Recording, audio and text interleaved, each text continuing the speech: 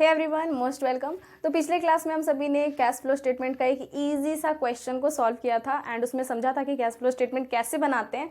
और आज के क्लास में हम कैश फ्लो स्टेटमेंट को ही समझेंगे, बट थोड़ा सा हाई लेवल वाले क्वेश्चंस में। ओके, सो बिना टाइम वेस्ट के चलो स्टार्ट करते हैं।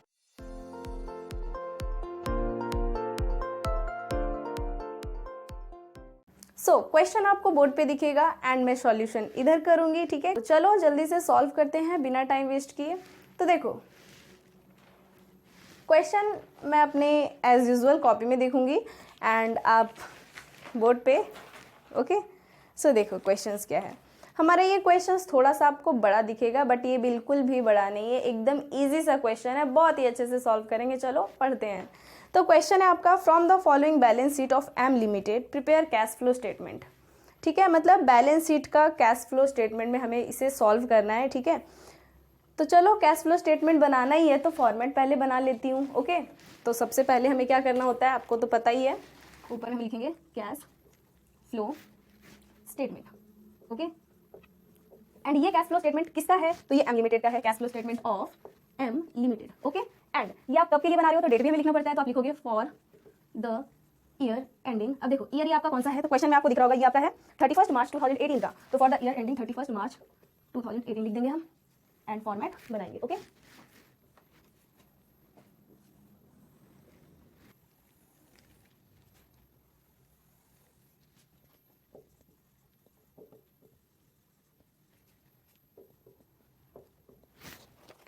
तो देखो इस क्वेश्चन में क्या है कि आपको बैलेंस शीट गिवन है और बैलेंस शीट से ही हम लगातार पोस्टिंग करते जाएंगे कि कैसे करना है। बट एक चीज़ तो आपको हमेशा ध्यान में ही रखना है कि सबसे पहले हमें cash flow from operating activities निकालना होता है। तो लिखेंगे cash flow from operating activities.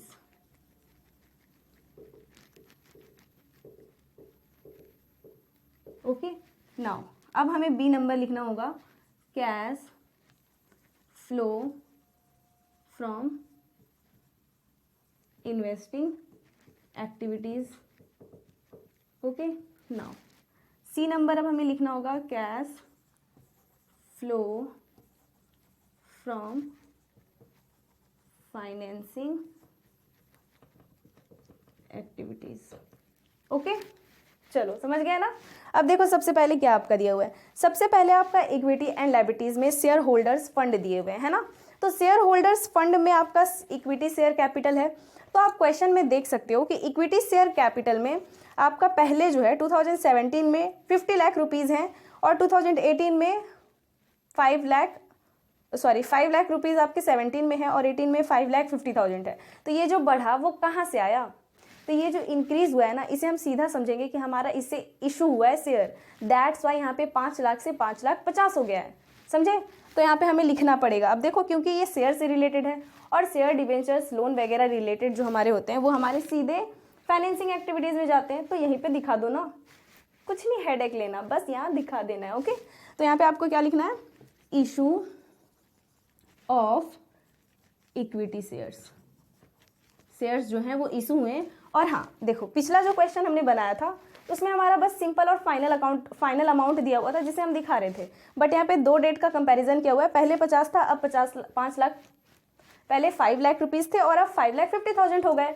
तो यहाँ पे 50,000 तो इंक्रीज हुआ है, तो जो इंक्रीज हुआ है उसे ही दिखाना है। समझे बात को? चलो दिखा दिए। अब देखो क्या है, रिजर्व्स एंड सरप्लस, और देखो ब्रैकेट में लिखा है आपका balance of statement of profit and loss. ये रिजर्व एंड सरप्लस जो balance of statement of profit and loss है ना, ये हमारा net profit before tax calculate करने में जाता है। ये मैंने आपको पहले भी बताया है, फर्स्ट क्लास याद करो ऑपरेटिंग एक्टिविटीज़ वाले, है ना। तो यहाँ पे मैंने आपको बताया कि इसमें क्या है कि रिजर्व और सरप्लस यहाँ पे जो है, मतलब जो रिजर्व एंड सरप्लस दिए होते हैं उनका यूज़ आपको नेट प्रॉफिट बिफोर टैक्स करने में होता है, लेकिन ये स्टेटमेंट ऑफ प्रॉफिट का बैलेंस है तो इसका यूज़ भी तो हम वही करते हैं। तो देखो कैसे कैलकुलेट करेंगे, तो मैं यहाँ पे कैलकुलेट करती हूँ, ठीक है, शॉर्ट में समझ जाना, लिख देती हूँ कैलकुलेशन, ओहो, calculation of net profit before tax. Okay, अब देखो पार्टिकुलर्स अमाउंट लिख लोगे ना, हाँ इतना तो कर ही सकते हो, ठीक है। अब देखो आपको क्या करना है, आपको जो प्रॉफिट ऑफ करेंट ईयर, जो अभी का प्रॉफिट है, मतलब जो बाद वाले ईयर है। तो देखो 2018 ही आपका यहाँ पे करंट ईयर दिख रहा है, क्योंकि उसी साल का हम बना रहे हैं, इसीलिए यही करंट ईयर है ना। और इसमें कितना है प्रॉफिट आपका 75,000 रुपीज़, तो 75 आप यहाँ पे दिखा दोगे। और इसमें आपको जो है ना वो लेस करना पड़ता है प्रीवियस ईयर का profit, previous year profit. Okay, तो यहाँ पे कितना है 50,000 रुपीज़, देख लो इसी में दिया हुआ है रिजर्व एंड सरप्लस के पास ही। तो ये जो 25,000 रुपीज़ आया, यही है आपका net profit before tax. NPBT लिख रही हूँ, ठीक है, पहले की तरह ही, समझ जाना, शॉर्ट फॉर्म का यूज़ आप मत करना, ये याद रखना। ओके चलो ठीक है, हो गया। अब देखो क्या है, रिजर्व एंड सरप्लस से हमारा पता चल गया नेट प्रॉफिट बिफोर टैक्स। और नेट प्रॉफिट बिफोर टैक्स कहाँ जाता है, ऑपरेटिंग एक्टिविटीज़ में, याद रखना हमेशा इस चीज़ को, ठीक है। तो मैं यहाँ पे नेट प्रॉफिट बिफोर टैक्स लिखूंगी 25,000 रुपीज़। एनी प्रॉब्लम नहीं होना चाहिए आई थिंक। अब क्या है, अब देखो क्या है, नॉन करंट लायबिलिटीज, और इसमें आपका मोर्जेज लोन दिया हुआ है। तो मैंने आपको बताया लोन से रिलेटेड, डिवेंचर्स और शेयर से रिलेटेड हमारे कहाँ जाते हैं, अपने फाइनेंसिंग अकाउंट में, और कहाँ जाएंगे, यही तो इनका बसेरा है। तो यहाँ पे हमें लिखना है, तो यहाँ पे हम क्या लिखेंगे, प्रोसीड्स फ्रॉम मोर्जेस लोन। ओके, कितना है देखो, पहले तो 0 था और अब 20,000 हो गया, तो 20,000 तो दिखाने होंगे, तो 20,000 लिख दोगे। Okay, any problem, I think नहीं होना चाहिए। अब आपका है करंट लायबिलिटीज़। तो करंट लायबिलिटीज़ में मैंने आपको बताया कि हमारा ये जो है वो ऑपरेटिंग में प्लस माइनस होता है, पहले बता दिया ना मैंने कि अगर लायबिलिटीज़ है बढ़ रहा है तो जोड़ देंगे, घट रहा है तो घटा देंगे, और अगर करंट एसेट्स है तो घट रहा है तो जोड़ देंगे, और अगर बढ़ रहा है तो घटा देंगे, समझे। तो यहाँ पे करंट लायबिलिटीज़ है ट्रेड पेबल्स, और ये आपका घट रहा है, सो सैड, घटाना ही पड़ेगा, सैड नहीं, लायबिलिटीज़ घट रहा है मतलब अच्छा है, प्रॉफिट है, बल्ले बल्ले, इसीलिए तो लेस करने वाली हो गई ना, तो लेस में लिखोगे डिक्रीज इन ट्रेड पेबल, और कितना 10,000 रुपीज़ का लेस करना है भाई, इसलिए ब्रैकेट में लिख दो। अब है आपका देखो, अब एसेट्स में हम आ गए, लायबिलिटीज हमारा कंप्लीट भी हो गया, हमने उसका पोस्टिंग कर भी दिया, मतलब उसे दिखा भी दिया कैश फ्लो स्टेटमेंट में। अब है आपका देखो current assets, non current assets मतलब लॉन्ग टर्म एसेट्स जो है। अब देखो क्या क्या है इसमें, फिक्स एसेट्स है जो कि पहले 2,50,000 के थे और अभी भी 2,50,000 के ही हैं, तो इनका कोई भी काम नहीं है, कोई प्रॉब्लम नहीं है। अगर बढ़ता तब ना हम समझते कि परचेस हुआ है, तब हम इसे इन्वेस्टिंग में दिखा देते, लेकिन ना बढ़ा है ना घटा है, मतलब कि ना परचेज हुआ है ना सेल हुआ है इसका, ठीक है। अब दूसरा देखो क्या है, इन्वेस्टमेंट। इन्वेस्टमेंट पहले आपका 1 लाख का था और अब 1,25,000 रुपीज़ का हो गया। तो यहाँ पे जो 25,000 बढ़ा हुआ अमाउंट दिख रहा है, ये कहाँ से आया, तो ज़रूर और इन्वेस्टमेंट किया गया होगा, और ही कहीं इन्वेस्टमेंट परचेस किया गया होगा, तभी ऐसा हो रहा है, समझे। तो यस, आपको यहाँ पे लिखना होगा परचेस ऑफ इन्वेस्टमेंट। ओके, कितना है 25,000 रुपीज़, तो 25,000 रुपीज़ दिखा दोगे, कोई प्रॉब्लम। अब देखो आपका क्या है करंट एसेट्स, ठीक है। तो करंट एसेट्स में क्या करोगे भाई, तो करंट एसेट्स में आपको दिख रहा है इन्वेंट्रीज स्टॉक, ये आपका करंट एसेट्स है, और ये आपका घट रहा है, और जब घटता है ये तो हमें ऐड करना पड़ता है। तो लो भाई ऐड करो, यहाँ पे क्या है, डिक्रीज इन इन्वेंट्रीज। पहले देखो 75 था और अब 70 हो गया, तो 5,000 रुपीज़ तो कम हो गए, तो 5,000 यहाँ पे दिखा दोगे। ओके, उसके बाद आपका है ट्रेड रिसीवेबल्स। अब देखो ट्रेड रिसीवेबल्स जो है पहले 1,25,000 के थे और अब 1,70,000 के हो गए, तो 45,000 तो यहाँ इंक्रीज हो गए ना, और क्योंकि ये एक करंट एसेट्स है और इंक्रीज हो गया है, तो इसे ऐड तो करोगे नहीं, लेस ही करना पड़ेगा, क्योंकि रूल ही यही है। तो चलो लेस में लिखते हैं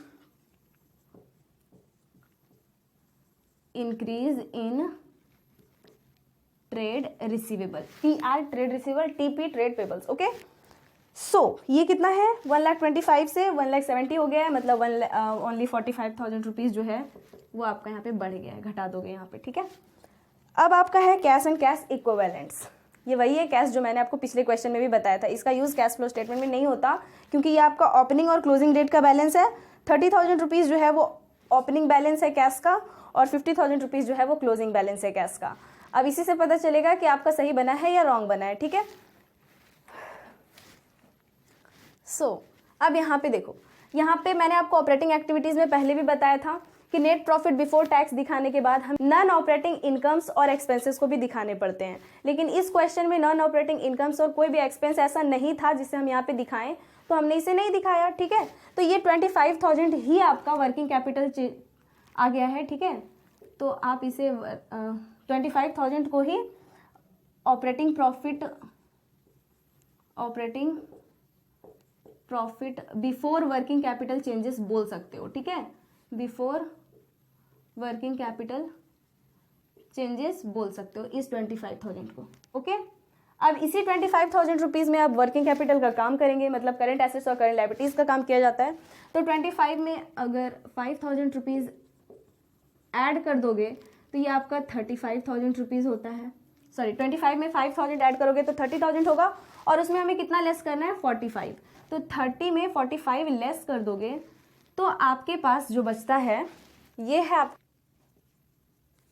25,000 रुपीज़। तो 25,000 आपका लेस में आया है, माइनस में आया है, इसे यहाँ बाहर लिख दोगे, ठीक है।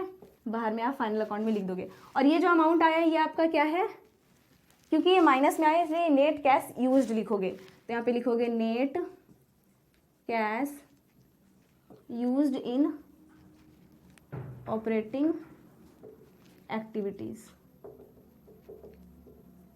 समझे। आई होप कि यहाँ से दिख रहा है आपको, छोटा छोटा नहीं लग रहा।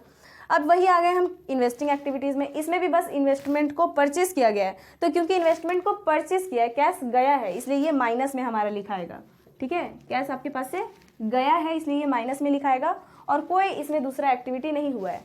तो बस ये 25,000 रुपीज़ माइनस लिख दोगे, और यही आपका डबल कॉलम से क्लोज करके बाहर निकाल दोगे, ठीक है। और ये आपका भी यूज हो गया क्योंकि फ्लो में तो आया नहीं है प्लस में। तो net cash used in investing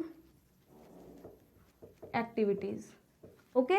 now अब हम आते हैं फाइनेंसिंग एक्टिविटीज़ में। तो इसमें भी आपका कुछ भी नहीं हुआ है। इशू ऑफ इक्विटी शेयर्स आपके 50,000 रुपीज़ हैं, एंड प्रोसीड्स फ्रॉम मोर्जेस लोन, मतलब लोन लिया गया उससे 25,000 रुपीज़ आया, ओके, मतलब 20,000 रुपीज़ आया, ठीक है।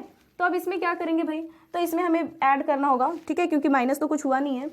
तो ये आपका 70,000 रुपीज़ हो गया है, इसे ही बाहर निकाल देंगे हम, इसे क्लोज कर देंगे। ये प्लस में आया है हमारा, तो यहाँ पे हमारा हो जाएगा नेट कैश फ्लो, ठीक है। Net cash flow from financing activities, okay. अब देखो यहाँ तक तो क्लियर है, कोई प्रॉब्लम नहीं। अब हमें क्या करना है, तो एक पॉइंट मैंने आपको बताया कि ए बी सी, ये हमारा ए है, ये बी है, ये सी है। इसमें जो हमारा अमाउंट आता है, ये अमाउंट, ये अमाउंट और ये अमाउंट, इन तीनों को हमें ऐड करना पड़ता है। तो ऐड करो, देखो 25 हमारा 50 होता है, 50 अभी माइनस में है, और प्लस 70, माइनस 50 प्लस 70 मतलब 20,000 रुपीज़ यहाँ पे आ रहा है ना इंक्रीज में। तो यहाँ पे आप लिखोगे डी नंबर देकर। अगर माइनस में आता तो नेट डिक्रीज लिखते, लेकिन यहाँ भी प्लस में आया है हमारा, तो लिखेंगे net increase in cash and cash equivalents, okay.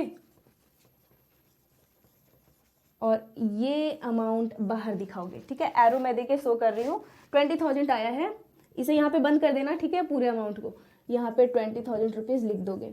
अब इसमें क्या करना है आपको, तो ऐड करना है ओपनिंग डेट का जो कैश बैलेंस है, ठीक है। देखो कैश एंड कैश इक्विवेलेंट्स में आपको बैलेंस शीट में दिया है ना ओपनिंग डेट का बैलेंस, तो उसे आपको यहाँ पे ऐड करना होगा, ओके। तो ऐड करोगे cash and cash equivalents in beginning, okay, जो बिगनिंग में है। तो देखो बिगनिंग में आपका कितना है, 30,000 रुपीज़, तो 30,000 ऐड कर दोगे। देखो 50,000 हमारे पास आ गया ना। अब देखो आप अपने बैलेंस शीट में क्लोजिंग डेट का बैलेंस कितना दिया है, 50 दिया है ना, बस मतलब हमारा करेक्ट बना है। अगर 50 नहीं आता तो हम समझते कि हमारा रॉन्ग बना है, बट 50 आ गया, इसका मतलब है कि हमारा करेक्ट बना है। 30 हमारे पास पहले से था और 20 इतना काम करके पता चला, तो आपके पास फाइनल बैलेंस 50 आपके बैलेंस शीट में भी लिखा है और आ भी गया, समझे। इसका मतलब है कि ये आपका करेक्ट बना है। तो ये आपका जो बैलेंस है इसे आप लिखोगे cash and cash equivalents in the end of the year, समझे। तो इस तरह से हम कैश फ्लो स्टेटमेंट बनाते हैं। इससे जो पहला हमारा क्लास था, इससे पहले वाला क्लास, उसमें हम इजी क्वेश्चंस को समझे थे। अभी के क्लास में थोड़े मीडियम लेवल के क्वेश्चंस को समझे, और अब जो नेक्स्ट क्लास होगा उसमें हम थोड़ा सा हाई लेवल का क्वेश्चंस को समझेंगे, ठीक है। So till then bye bye, have a good day, stay happy, stay healthy. और हाँ, ऐसे ही जुड़े रहो क्लास के साथ, तब हमारा बहुत अच्छा रिवीजन होगा। ओके।